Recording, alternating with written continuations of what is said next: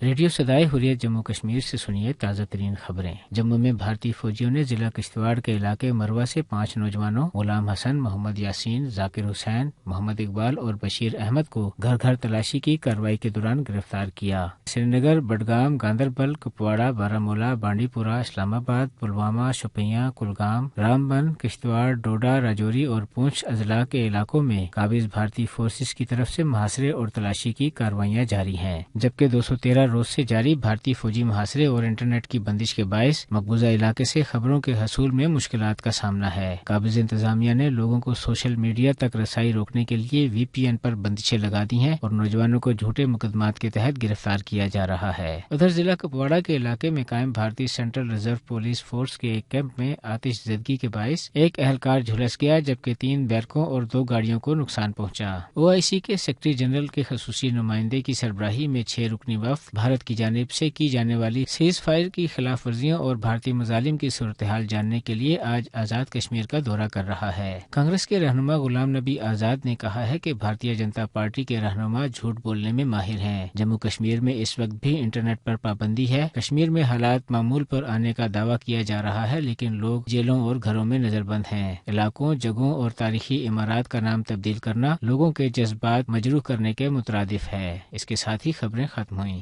آج بھارت کو ہندو نسل پرست نظریے اور فسطائی سوچ کے حامی لوگوں نے یرغمال بنایا ہوا ہے۔ ہندو توا ایجنڈے کے تحت آج نہ صرف مقبوضہ کشمیر میں مسلم اکثریتی آبادی کو اقلیت میں بدلنے کی کوششیں جاری ہیں، بلکہ پورے بھارت میں مسلمانوں کو چن چن کر نشانہ بنایا جا رہا ہے۔ کشمیری مسلمانوں کی طرح آج بھارتی مسلمانوں کے گھروں کو بھی نظر آتش کیا جا رہا ہے، ان کی عبادت گاہیں مسمار کی جا رہی ہیں۔ ہندو بلوائیوں کا بے قابو ہجوم سرعام نہتے مسلمانوں کو لوہے کے سلاخوں سے قتل کر رہے ہیں۔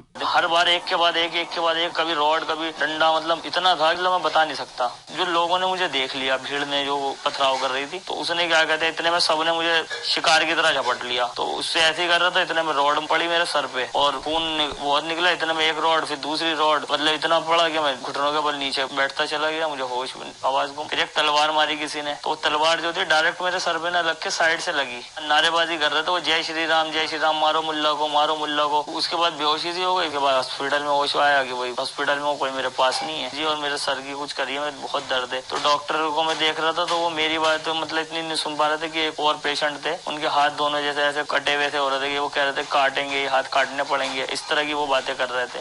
حقیقت یہ ہے کہ مودی سرکار سیکولر بھارت کی بنیادیں کھود رہی ہے۔ یہ تاریخ کا سبق ہے کہ اگر عالمی برادری اس وقت مظلوم کشمیریوں اور بھارتی مسلمانوں کی مدد کے لیے نہ آئی تو مودی کی منفی سوچ سے یہ پورا خطہ متاثر ہو سکتا ہے، جس کے اثرات سے